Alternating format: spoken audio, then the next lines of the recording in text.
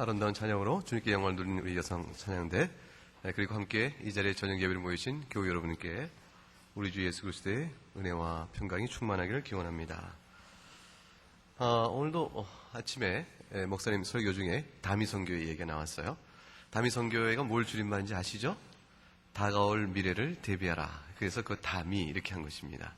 1992년에 난리가 났죠. 그래서 그 다미선교회 가르치고 옳다 믿었던 사람들은 가산을 다 팔고 이제 휴거를 기다리며 자기들끼리 일정한 장소에 모여서 기도해야 하고 자신들이 정한 시간에 카운트다운을 했습니다. 아무 변화가 없었습니다. 다가올 미래는 그렇게 대비하는 것이 아니었습니다. 주님이 오시지만 그러나 다시 올 날을 우리에게 특정하게 지정해 주시 않으신 것이죠.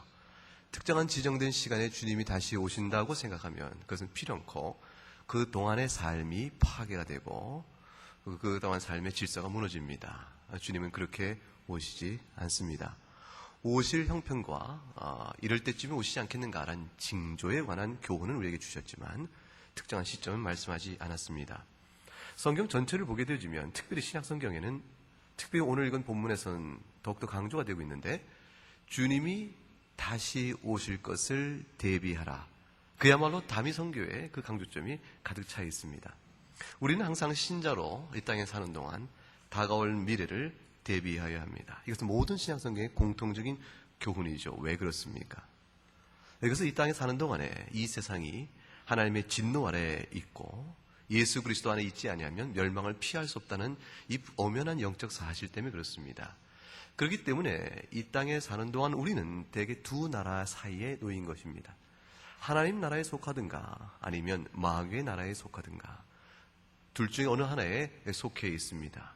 어떻게 하면 치열할 정도로 결코 긴장을 풀 수 없는 그런 두 나라 사이의 영적 대립과 갈등이 계속되어 갑니다. 물론 승리는 하나님 것입니다. 마귀는 피조물에 불과하기 때문에 그렇습니다. 하나님이 역사를 섭리해 나가시고 통치해 나가시는 일정한 하나님의 경륜 안에서 마귀는 자기의 권세를 누릴 따름입니다. 따라서 그 기간 동안에 인생을 사는 동안에 하나님 나라와 그리스도 나라의 갈등은 우리 안에 비춰집니다. 예수 그리스도의 나라에 좀 더 견고히 서고 예수 그리스도의 나라를 향해 진군해 가지 않으면 필연코 마귀의 나라 쪽으로 몸이 끌려가게 되어 있습니다. 마귀의 나라는 끌어당기고 계속 어떻게든지 자신의 세력을 확장시키려 하기 때문에 가만히 두질 않습니다. 마귀가 자기의 나라를 확장시키기 위해서 쓰는 수단이 크게 두 가지로 나눠집니다. 그것은 이렇게 논리적으로 나눠지는 것이 첫째는 어떻게든지 영적 싸움이라는 이 긴장을 우리가 의식하지 못하도록 하는 것이 한 가지 방편이고 그럼 멈춰 있게 되거든요. 진전이 없죠. 또 하나는 강력한 자신의 전사를 보내서 우리를 혼동시키는 것, 이렇게 두 가지가 있습니다. 하나는 첫째는 우리를 하고 넋을 놓게 하는 겁니다. 깨어있지 못하게 하는 것이죠. 긴장을 갖지 못하게 하는 것입니다. 영적 사실에 대한 분별력을 놓치게 만드는 것입니다. 그 중에 하나가 이 세상을 자꾸 살아가면서 정말 주님 다시 오실까? 복음이 사실까? 이런 등등의 생각을 갖게 가게 되어지고 이 땅에 살아가는 인생의 육신의 삶 속에 만족을 자꾸 누리게 하면서 영적 필요와 영적 각성을 늦춰지게 만드는 것이죠. 아프리카에서 제일 잘 사는 나라가 아마 남아프리카 공화국일 거예요. 아프리카 맨 밑에 남단에 그 꼭지에 붙어 있는 나라. 그 나라에 있는 한 교회 목사님이 그 사우스 아프리카 그 위쪽에 붙어 있는 나라에 잠비아라는 나라가 또 있습니다. 잠비아는 참 못 사는 나라입니다. 잠비아에 있는 목사님에게 이렇게 물었답니다. 왜 당신네 나라의 기독교인들은 우리 사우스 아프리카에 비해서 왜 그토록 경건한가라고 물었답니다. 물었더니 잠비아의 목사님이 대답을 안 하는 거예요. 그래서 여러 차례 물어서 결국 3번을 계속 물어서 결국 답을 얻어냈습니다. 잠비아의 교회 목사님 뭐라고 대답했냐면 우리는 일 끝나고 집에 가도요 워낙 가난해서 그게 답이었습니다. 워낙 가난해서 뭐 어쨌다는 거예요. 그랬더니 가난해서 이렇게 기를 게 없어요. 이게 뭐가 없다는 겁니까? 테레비, 기타 등등 가난해서 집에 와서 당신네들이 부를 누림으로 물질의 풍요로움 속에서 누리는 어떤 즐거움의 수단들이 우리는 없습니다. 우리는 그래서 그냥 끝내 집에 오면 가끔은 가족이 모여 앉으면 가장 재미난 게 성경 얘기하는 거 외에는 더 이상 재미난 일이 없죠. 그 외에 그것을 대신할 만한 편의적이고 그런 것이 없습니다. 워낙 우리는 가난하거든요. 그래서 우리는 모여서 성경 둘러 읽고 기도를 나누며 긴 가정 안에서의 경건의 모임을 갖습니다. 그렇게 얘기를 했습니다. 중요한 사실을 암시해 줍니다. 도대체 물질의 풍요가 우리에게 영적인 측면에서 무엇을 말해주고 있는 것이고 무엇을 도와주고 있냐는 것입니다. 마귀는 물질의 풍요 속에서 영적 감각을 자꾸 잃어가게 합니다. 자족과 만족과 편의 속에 주저앉게 만듭니다. 방해를 하는 것이죠. 조용한 시간을 갖는 일에 치명적인 방해거리가 오게 됩니다. 모든 걸 내려놓고 자기 혼자 주의 말씀 앞에서 묵상의 시간을 좀처럼 갖기 어려운 가정의 모습입니다. 우리의 여가는 돌아다니며 시간을 여러 방면으로 쓰는데 바쁘지 하나님 말씀 앞에서 여가를 내어놓기가 어렵습니다. 왜? 물질의 풍요가 아무것도 돈이 없으면 방콕을 하는 것이죠. 방콕해서 방에 콕 다 아시겠지만 갑자기 말하니까 염려가 되나요? 이게 이제 방에 콕 박혀서 뭐 달리 할 게 없으니까 그죠? 이거 성경 말씀 봅니다. 궁핍함이 오히려 내게 유익이 됩니다. 이런 고백이 나올 수 있는 형편으로 우리를 두지 않습니다. 결핍은 고통으로 이해되어집니다. 그렇기 때문에 하나님과 가까이 나가는 어떤 시간과 형편은 우리에게는 다 고통스러운 것으로 미뤄지게 되어지지 의미 있는 것으로 찾아지지 않습니다. 그리고 마귀는 우리에게 그런 의식을 내려놓게 만드는 것입니다. 끊임없이 물질과 육신의 평안 속에서 하나님을 잊게끔 만드는 것이죠. 두 번째, 보다 본질적이고 강력한 사단의 무기는 자기 전사를 우리 가운데 보내는 것입니다. 그것이 오늘 본문의 1절에 한번 보세요. 1절 보면 1절 한번 같이 읽어보십시다. 그러나 민간에 또한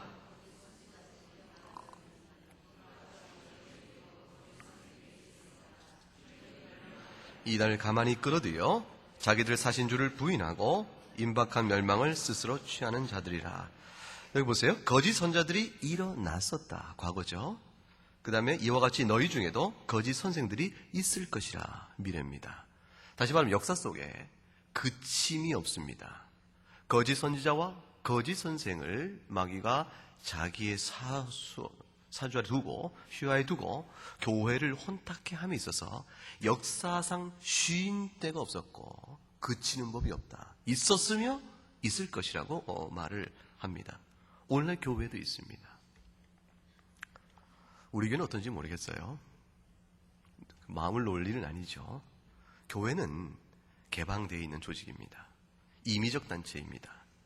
누구든지 들어와 누구든지 자유롭게 있을 수 있으며 그가 교회가 정한 어떤 규율에 일정한 신앙의 법도를 따르기만 하면 누구든지 교회 안에서 친교가 가능한 열린 개방체입니다.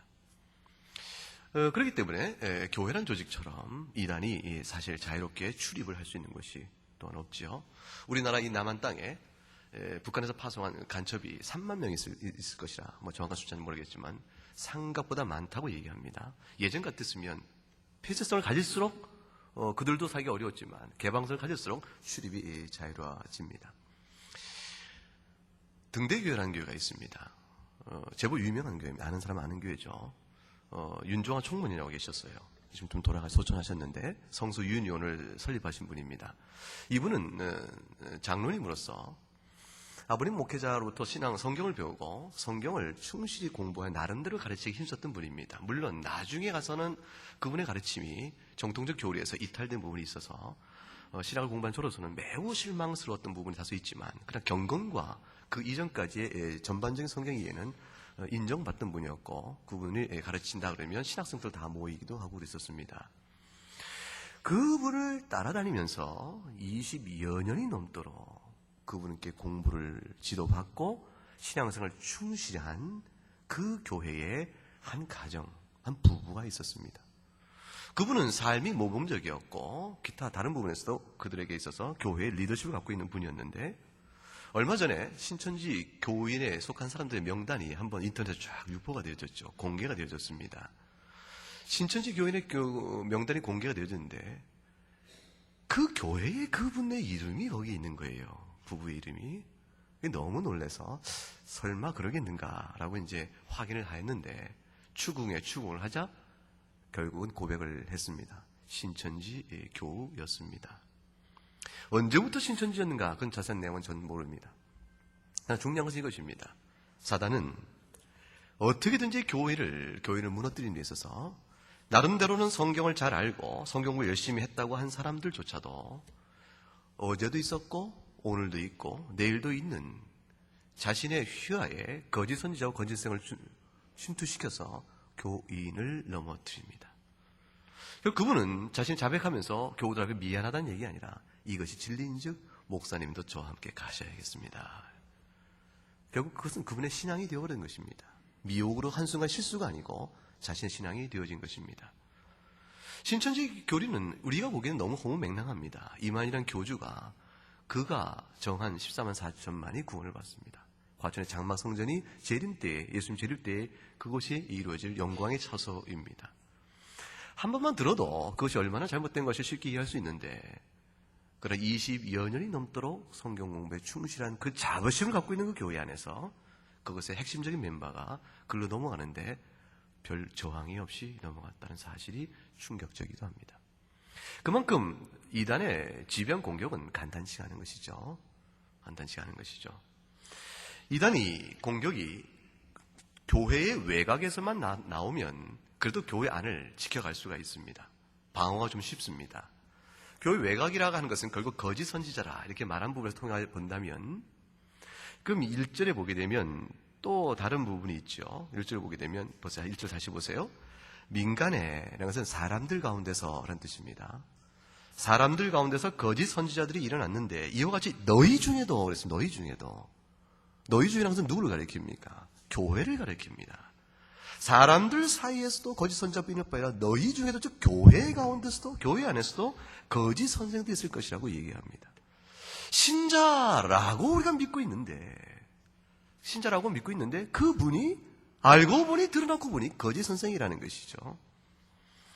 오늘 목사님이 아침에 설교하실 때 자유주의 신학자들의 이야기만 편향적으로 몇 가지를 뽑아서 그 의도적인 편집을 했다라고 말했는데 사실은 자유주의 신학자인 그 사람들이 어떤 의미에서는 교회 안에 있다고 생각되어지면 그들의 공격력은 매우 큽니다. 자중질환이라는 것이게 됩니다. 자중질환이라는 것이죠. 예수님도 분쟁하는 나라마다 스스로 황폐해질 것이라고 얘기했고 분쟁하는 동네나 집이 어찌 있을 수 있겠냐. 사단의 나라도 그럴 것이라고 얘기할 것을 하물며 어느 교회 안에서도 마찬가지 원리가 적용되어집니다.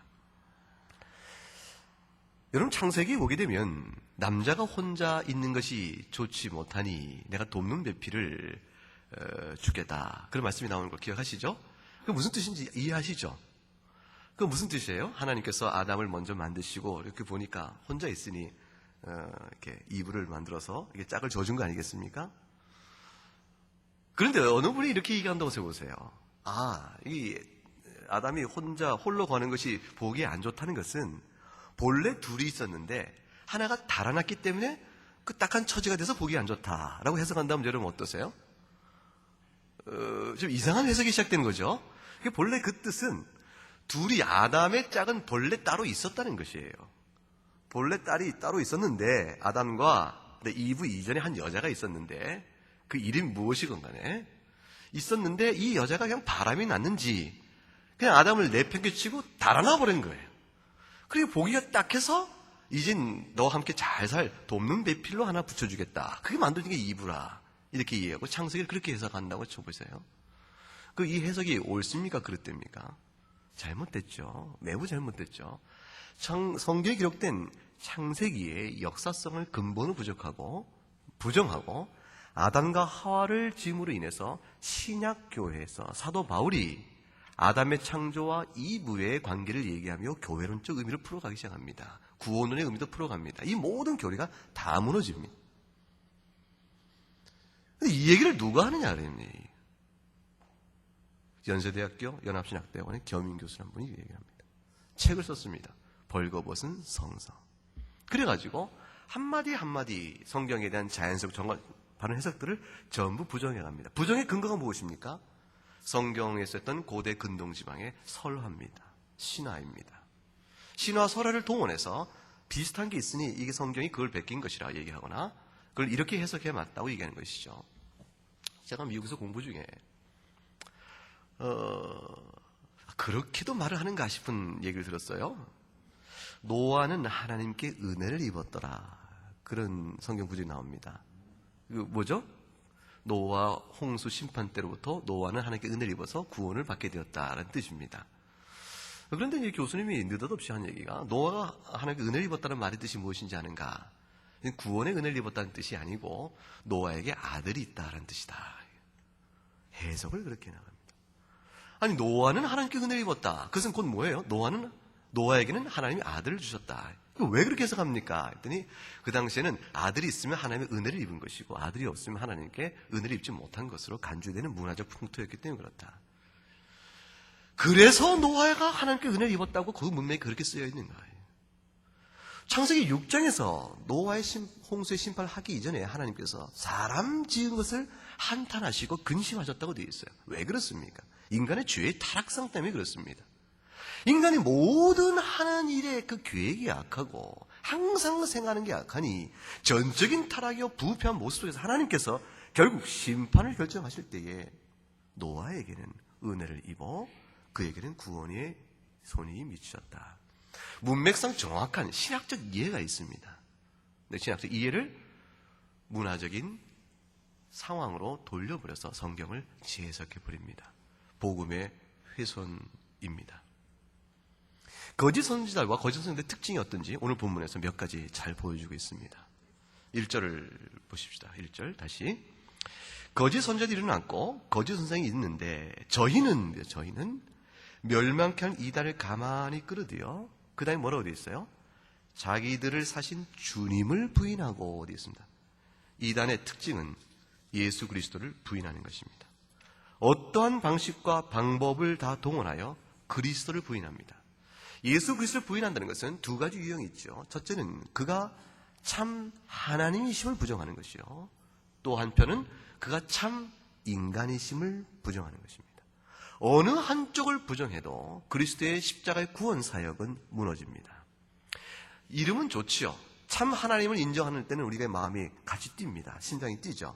그리스도 하나님을 당신 아십니까? 근데 인간됨을 부정하면 예수 그리스도의 이 땅에 오심은 눈에는 사람처럼 보이지만 실제로 오시지 않은 것이니 가연설이라 합니다. 드러났을 뿐 실제로 오지 않으셨다. 실제로 오시지 않으면 우리 죄를 대신 짊어지지 못합니다. 구원론이 무너져 버립니다. 악한 것이죠. 그가 참 인간일 뿐 참 하나님이 아니면 그의 속죄 피가 어찌 택한 모든 백성의 죄를 속죄할 가치를 지니겠습니까? 그것 또한 구원론에 무너집니다. 결국 예수 그리스도의 그러니까 누구신가를 부정하게 되어지면 교회를 세우고 있는 모든 신학의 기반 자체가 그대로 무너져 버리는 것입니다. 결국 자유주의 신학자는 오늘 1절에 나온 대로 주님을 부인한다고 되어 있습니다. 그런데 또한 특징은 이들은 보세요. 가만히 끌어들인다고 되어 있죠. 1절에 보게 되면 멸망한 이단을 가만히 끌어들인다고 되어 있습니다. 문제는 그것입니다. 이와 같은 자유주의 신학자들의 물결이 결국 기독교 안에 들어오기 시작하고 교회 안에 침투해 올 때 어느 날 갑자기 전쟁 선포가 이루어지고 대규모 침공이 이루어지면 방어를 합니다. 근데 그렇게 되지 않습니다. 한 사람 한 사람씩 보냅니다. 한 사람 한 사람씩 보내서 우리 귀에 익숙하게끔 자꾸 들려주는 것입니다. 그러므로 인해서 우리 안에 경계심을 늦추게 만듭니다. 가만히 들어온다는 말의 뜻은 무엇이냐면 의식할 수 없게끔 어느 결에 들어오는 것이에요. 개구리 물에 삶은 거 얘기 들으시다 아시죠? 끓는 물에 처음에 넣으면 펄쩍 튀어나오겠지만 찬물부터 데워가면 개구리가 그냥 죽을 때까지 익혀집니다. 마치 같습니다. 그와 같습니다. 사단의 전략은 은근히 집어넣습니다. 그래서 우리가 들을 때 비슷해서 얼른 차이를 못 느끼나 그러나 분명히 잘못된 이야기를 한 걸음 한 걸음씩 진전시켜 갑니다. 그런데 예수님은 그리스도요 구주라고 말합니다. 근데 그들이 말하는 것이 예수 그리스도는 그리스도의 구주라고 말하고 있는데 들어보니까 예수님이 하나님의 아들이 아니고 전봉준도 그리스도라고 얘기합니다. 동학혁명의 전봉준이 어떻게 그리스도일 수 있겠습니까? 민중을 위하여 삶의 고난을 함께 짊어지고 아픔을 이해했으며 그들의 육적 삶의 고난을 풀어주려고 정신적인 혁명을 일으키고 교훈을 줬으면 그도 그리스도라 이렇게 얘기합니다. 결국 그렇게 되어지면 예수 그리스도의 사역에 빗대어 인간의 어떤 헌신적 봉사를 귀히 보는 것 같지만 그러나 근본적으로 그리스도 그와 같기 때문에 그리스도가 하나님의 아들이신 참 하나님이요 참 사람이신 그리스도가 누구신가에 대한 내용은 부정해버리게 되어집니다. 비슷하지만 아닙니다. 구원을 예수 그리스도 말미암아 구원을 얻는다고 말합니다. 그럼에도 불구하고 가만히 들어보면 예수 그리스도의 구원은 우리가 행위로 순종할 때만 얻을 수 있다고 얘기합니다. 예수 그리스도 안에서 사랑을 볼 수 있다고 얘기합니다. 하나님은 사랑이라는 얘기에 다 가르칩니다. 우리가 하는 말과 똑같습니다. 똑같으니까 그렇구나 하고 우리가 손을 잡을 수 있습니다. 그런데 그들이 말하는 하나님의 사랑은 우리가 구원받기 위하여 본받아야 할 사랑으로 되어집니다. 여러분 우리가 구원을 받기 위하여 하나님의 사랑을 배워가는 것이 아닙니다. 하나님의 사랑은 구원받은 우리에게 우리의 주신받은 구원이 무엇인가를 나타내 보이시면서 우리를 거룩으로 부르시는 하나님의 자기 표현입니다. 하나님의 사랑은 우리가 예수 그리스도의 모습 안에서 하나님의 사랑을 내가 너희를 사랑한 같이 너희도 서로 사랑하라는 말씀 속에서 사랑은 우리가 지켜야 될 하나님의 부르심이요 교훈이지만 그것으로 인해서 구원을 결정짓는 것은 아닙니다. 비슷하지만 내용은 전혀 다릅니다. 십자가를 말합니다.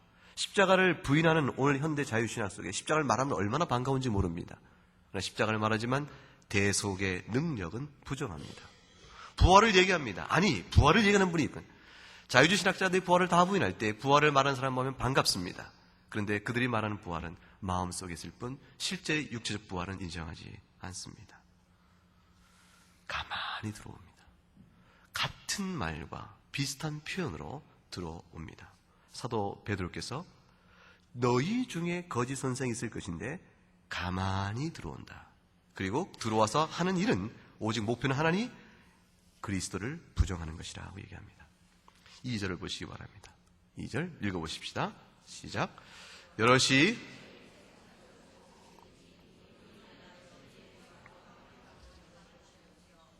실천적 측면입니다. 1절에서 교리적 측면에서 이단이 주님을 부정하고 가만히 들어와 우리를 미혹해 하면 2절에 거짓 선생이요 이단들이 하여가는 일을 말했습니다. 저들은 실천적 측면에서 주의 교훈에 근본적으로 어긋나게 만듭니다. 음탕합니다.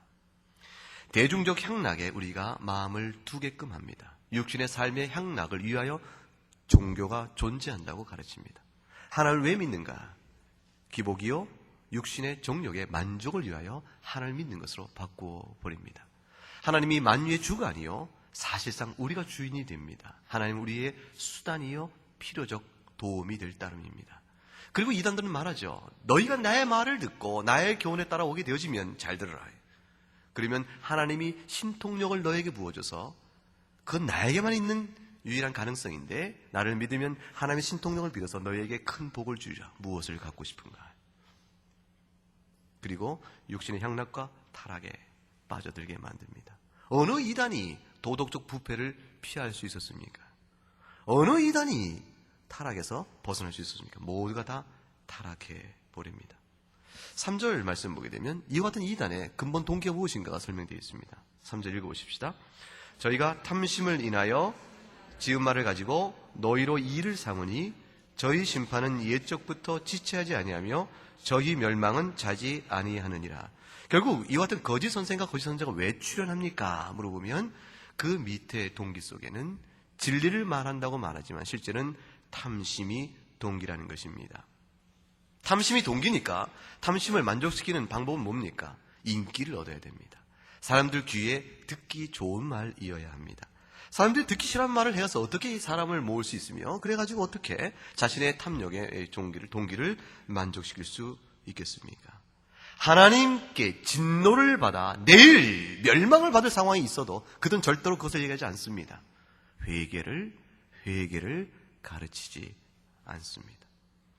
예레미야서 한번 볼까요? 구약의 예레미야서 23장을 한번 보시죠. 구약성경 예레미야 23장.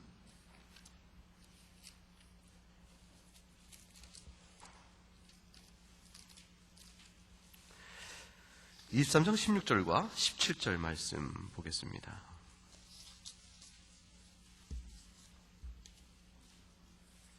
16절과 17절 1087쪽 어간에 있습니다. 1087쪽 어간에 16, 17절 한번 같이 읽겠습니다. 시작. 만군의 여호와께서 이같이 말씀하시되 너희에게 예언하는 선지자들의 말을 듣지 말라. 그들은 너희에게 헛된 것을 가르치나니 그들의 말한 묵시는 자기 마음으로 말미암은 것이요 여호와 입에서 나온 것이 아니니라. 항상 그들이 나를 멸시하는 자에게 이르기를 너희가 평안하니라 여호와의 말씀이니라 하며 또 자기 마음에 강팍한 대로 행하는 모든 사람에게 이르기를 재앙이 너에게 임하지 아니하리라 하였느니라. 이단의 가르침은 구약교회, 거짓 선생의 가르침은 구약교회 안에도 이미 있었습니다. 항상 있었던 일이죠. 쉬지 않고 있는 일이라고 주께서 말씀하셨습니다. 저들은 하나님의 진노가 임할 때도 결코 하나님의 진노에 입각함으로 회개를 얘기하지 않습니다. 스스로 타락한 자들이므로 그럴 수가 없는 것이죠. 그들은 오히려 하나님이 없는 거짓된 평안을 이야기합니다. 사람들이 왜 따라다닐까요? 왜 따라다닐까요? 우리는 자꾸 궁금합니다. 도대체 그 얘기를 어떻게 따라다닐까 싶습니다. 근데 상당수의 무리가 따라다니는 거 보면 뭔가 있긴 있는가 보다 이런 생각을 하게 되어지죠. 그런데 성경에 말씀하기를 여럿이 따라다닐 것이라 얘기하셨습니다. 보세요. 2절 말씀 보세요. 2절에 뭐라고 되어 있죠? 저희 호색한 걸 쫓으리니 그 앞에 뭐예요? 여럿입니다. 여럿이 쫓을 것이라. 디모데 전서에 보면 사람이 자기 귀에 듣기 좋은 것을 쫓아다닌다 이렇게 되어 있습니다. 예레미야 5장을 한번 가보면 구약교회도 여전히 그랬습니다. 예레미야 5장을 한번 가볼까요? 그 앞에 5장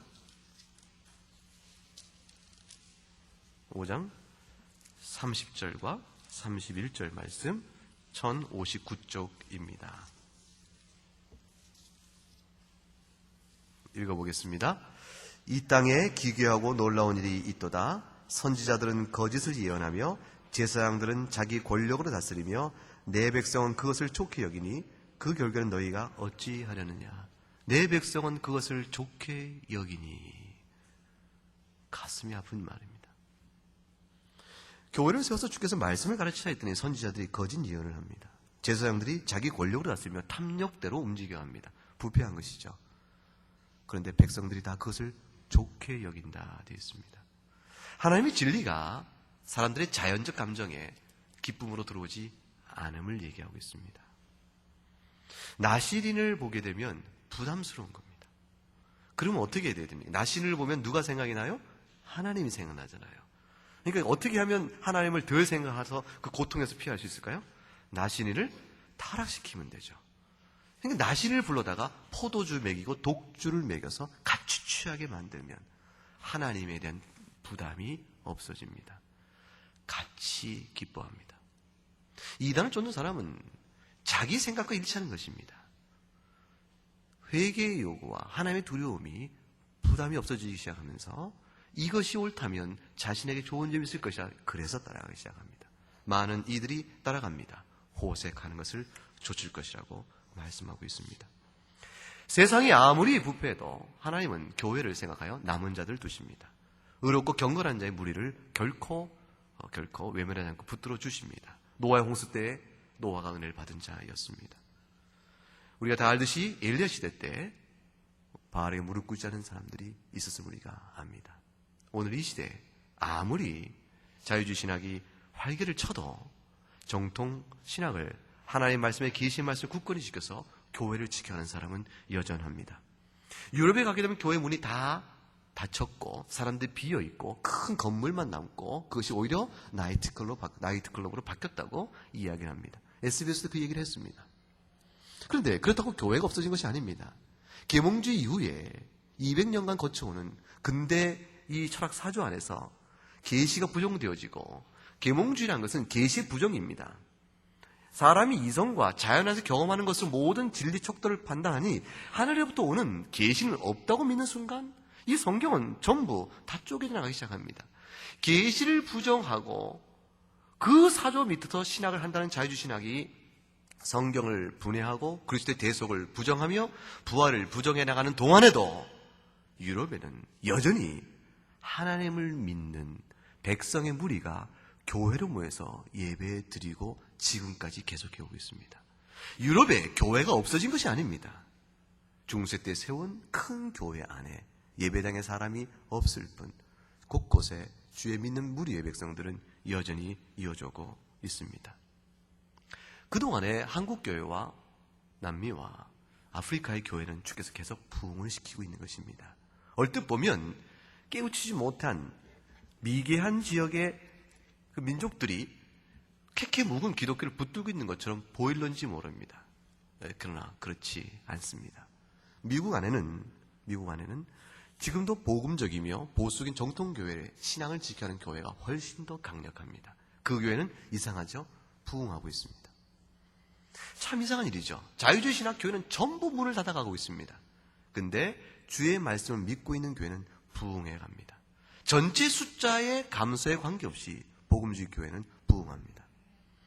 오늘날도 한국교회도 마찬가지입니다. 신학의 도전 앞에서 하나님 살아계시기 때문에 계시의 말씀을 믿고 의지하며 신앙을 지켜나가고 시대의 암흑 속에서 애통하는 마음으로 구령의 열정을 세워나가면 교회는 세워져 갑니다. 그것이 하나님 우리에게 주신 약속의 말씀입니다. 왜 그렇습니까? 우리가 믿는 이 복음이 어떤 복음이기 때문에 그렇습니다. 사도행전 20장 한번 가보세요. 사도행전 20장. 이 복음이 어떤 복음입니까? 사도행전 20장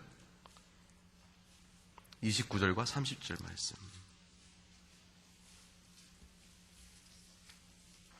29절과 30절 말씀 같이 읽어보겠습니다. 시작. 내가 떠난 후에 흉악한 이리가 너에게 들어와서 그 양떼를 아끼지 아니하며 또한 너희 중에서도 제자들을 끌어들여 자기를 좁게 하려고 어지러진 말을 하는 사람들이 일어날 줄 내가 아노니. 사도 바울이 이미 알고 있는 일이었습니다. 에베소 교회를 세운 이후에 밀레도에서 에베소로 보내 교회의 장로림을 청하여 사도 바울이 교회를 내다보고 있습니다. 반드시 교회에 이리가 들어올 것이라. 그는 흉악하여 난폭하기 짝이 없고 영혼을 해치는 것이 굶주린 이리가 양떼를 먹는 것과 같을 것이라. 경계하라. 경계하라. 그런데 31절을 보세요. 읽어보십시다. 그러므로 너희가 일깨어 내가 3년이나 밤낮 쉬지 않고 눈물로 각 사람을 훈계하던 것을 기억하라. 사도 바울이 그 교회적 상황을 바라보면서 영적 투쟁의 모습을 바라보면서 이렇게 얘기합니다. 너희는 깨어있으라. 내가 너희를 향하여 3년 동안 밤낮으로 쉬지 않고 내가 눈물로 한 영혼 한 영혼을 기억하며 훈계했던 것을 기억하라. 너희에게 주어진 이 복음이 어떤 복음이냐는 것입니다. 그리스도께서 이 땅에 오셔서 사람이 되시사 예언의 말씀대로 신이 고난을 당하시고 십자가에 죽으시고 오신 고난, 복음이요. 부활로 인해서 우리에게 주신 그 생명 아닌가.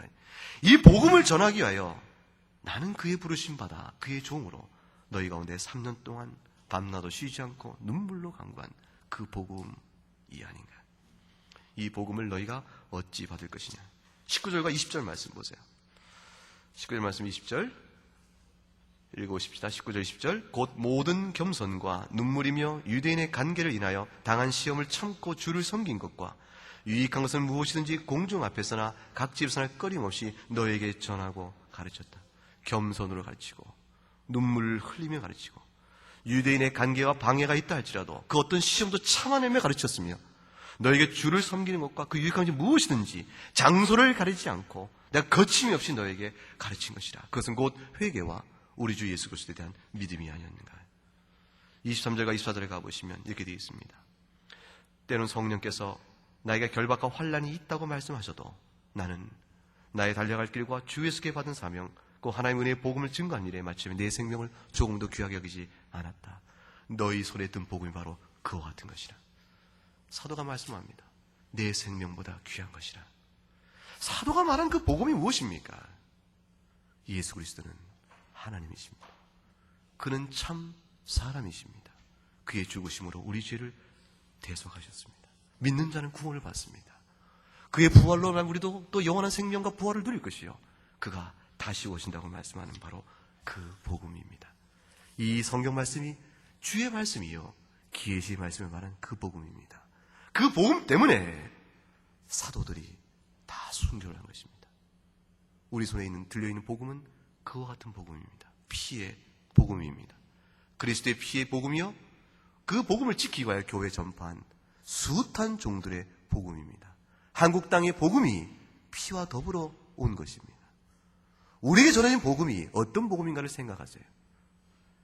어떤 복음을 우리가 들고 있는 것인가를 생각하세요. 우리 귀에 들은 이 은혜의 복음이 쉽게 들으니까 쉽게 들을 수 있는 복음이 아니라는 것입니다. 날마다 듣으니까 그저 공중의 전파 속에 아무데나 틀면 나오는 그런 복음이 아닌 것입니다. 화평교회는 오늘의 이 순간까지 이 복음이 어떻게 전파되어 왔습니까? 짧은 한 교회의 역사를 보더라도 이 교회의 시작부터 지금까지 숱한 성도의 수고와 눈물과 기도가 쌓여온 교회의 오늘의 현재 모습입니다. 여러분의 눈물과 수고가 오늘의 이 교회의 복음을 지키는 것에 이미 한 몫을 하시고 계신 것입니다. 박윤선 박사님과 안만수 목사님과 이호전은 목사님들의 수고와 눈물과 땀이 그 교훈이 오늘의 강단을 지켜오는 것입니다. 이 일은 우리의 수고와 눈물과 헌신으로 교회를 지켜가는 일은 주님 다시 오실 때까지 계속되어야 될 사역입니다. 기도하겠습니다. 하나님 아버지, 감사합니다. 우리에게 복음을 들려주시고 주의 말씀이 참된 것을 알게 하시고 그리스도의 복음 앞에 저희가 자유케 되지며 기뻐하며 이 악한 세대 속에서, 그러나 오늘만 있는 것이 아니고 언제나 있어 왔던 이 악한 세대 속에서 교회를 지켜가는 귀한 복음의 일꾼으로 우리를 세우시고 깨닫게 하심을 감사합니다. 더욱더 기도하게 하시고 더욱더 헌신케 하시고 우리 후대까지 복음의 이 유산을 물려가는 일에 저희가 마땅히 할 바가 무엇인가를 깨닫고 오늘의 삶을 살아가는 저희가 되도록 주여 도와 주시옵소서. 감사를 주 앞에 올려놓고 예수님 이름으로 기도 올리옵나이다. 아멘.